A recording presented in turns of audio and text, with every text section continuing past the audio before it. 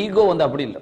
அது நல்ல மக்களோட கலந்திருக்கும். நல்ல மக்களோட கலந்திருக்கும். நமக்கு இருக்க எனக்கே என்ன செய்யாது, தெரியாத இடத்துல பக்கத்தில் உள்ளவருக்கு விளங்கும். ஈகோ இன்னொரு வகையில உதாரணம் சொன்னா வாய் நாட்டுற மாதிரி. யாரும் சொல்லி தர மாட்டாங்க. விளங்கிட்டா? ஒருத்தர் நம்ம பக்கத்துல இருக்கிற அவர் வாய் நாத்தான் அடிக்குதுன்னு சொன்னா இப்படித்தான் கொஞ்சம் பல் துளைக்கிங்க, கிளீன் ஆக்கிங்கன்னு யாரா சொல்றாங்களா? சொல்ல மாட்டாங்க. அது என்ன இப்படின்னு அடுத்தவன்ட்ட போய் சொல்லுவாங்க. விளங்கிட்டா? அடுத்தவன்ட்ட போய் என்ன செய்வாங்க, அதை சொல்லுவாங்க. இதே மாதிரிதான் ஈகோ சப்ஜெக்ட்.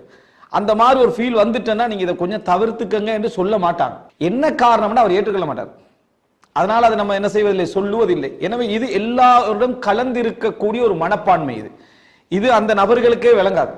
என்ன சார், தன்முனைப்பு சிந்தனை என்பது அவர்கிட்ட எது வந்தாலுமே அதை தன் பக்கத்துக்கு இழுத்து சிந்திக்கக்கூடிய ஒரு தன்மை அவருக்கு என்ன செய்யும், இருக்கும். இதனால இதை அடையாளம் காண்பது என்பது ஒரு பிரச்சனையான ஒரு விஷயம். எனவே ஃபர்ஸ்ட் நம்ம என்ன புரிஞ்சுக்கணும்னா, இந்த ஈகோ அப்படி என்றால் அது என்ன. இப்ப நான் இந்த இடத்துல அதை உளவியல் ரீதியான சப்ஜெக்ட் நான் பேச வரல. இங்க நம்ம எப்படி இதை புரிஞ்சுக்கொள்ளணும் அப்படின்னு சொன்னீங்கன்னா, சுயநலம் என்ற ஒரு பகுதி இருக்குமே, சுயநலம், நம்ம செல்ஃபிஷ்னு சொல்லுவோம். இது ஒரு முதலாவது இந்த பகுதியிலிருந்து நம்ம வரணும். அப்பதான் நம்ம முதலாவது இந்த குணத்துடைய இடம் எங்கே நம்ம விளங்கிக் கொள்வோம். அதுக்கு பின்னால குர்ஆன் சொன்னா இதை எப்படி டீல் பண்ண நம்ம புரிஞ்சுக்கொள்ளலாம். இந்த எங்க இதுல நம்ம லிங்க் ஆகிறோம் அப்படின்னு புரிஞ்சுக்கணும். சுயநலம் என்று சொல்றோமே, சுயநலம் என்பது மனித வாழ்க்கையுடைய அடிப்படை. சிலர் என்ன நினைக்கிறா எதிரானது இல்ல. சுயநலம் என்பது மனித வாழ்க்கையுடைய அடிப்படை.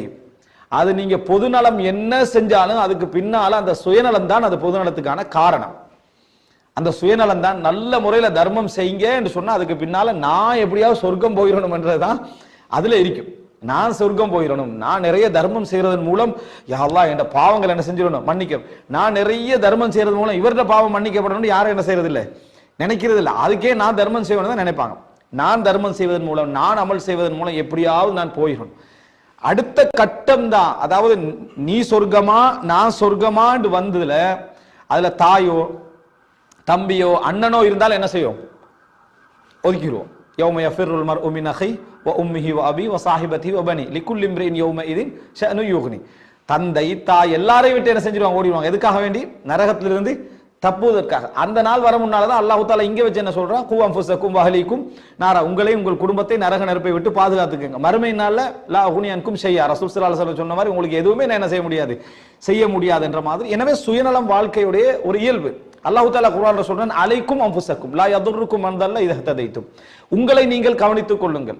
வழி தவறியவர்கள் வழி தவறுவதனால அது உங்களை பாதிக்காது, நீங்க நேர்வழியில் இருந்தீங்கன்னா. எப்படி குர்ஆன் வசனம், அலைக்கும் அன்ஃபுஸக்கும், உங்களை நீங்கள் கவனித்துக் கொள்ளுங்கள். லா யதுர்ருக்கும் மன் தல்ல இதா ஹததைத்தும், நீங்க நேர்வழியில இருந்துட்டீங்கன்னு சொன்னா வழி தவறியவர்களால உங்களுக்கு என்ன பாதிப்பு இல்லை. மனிதன் இறுதி நிலை அப்படித்தான் வரணும்.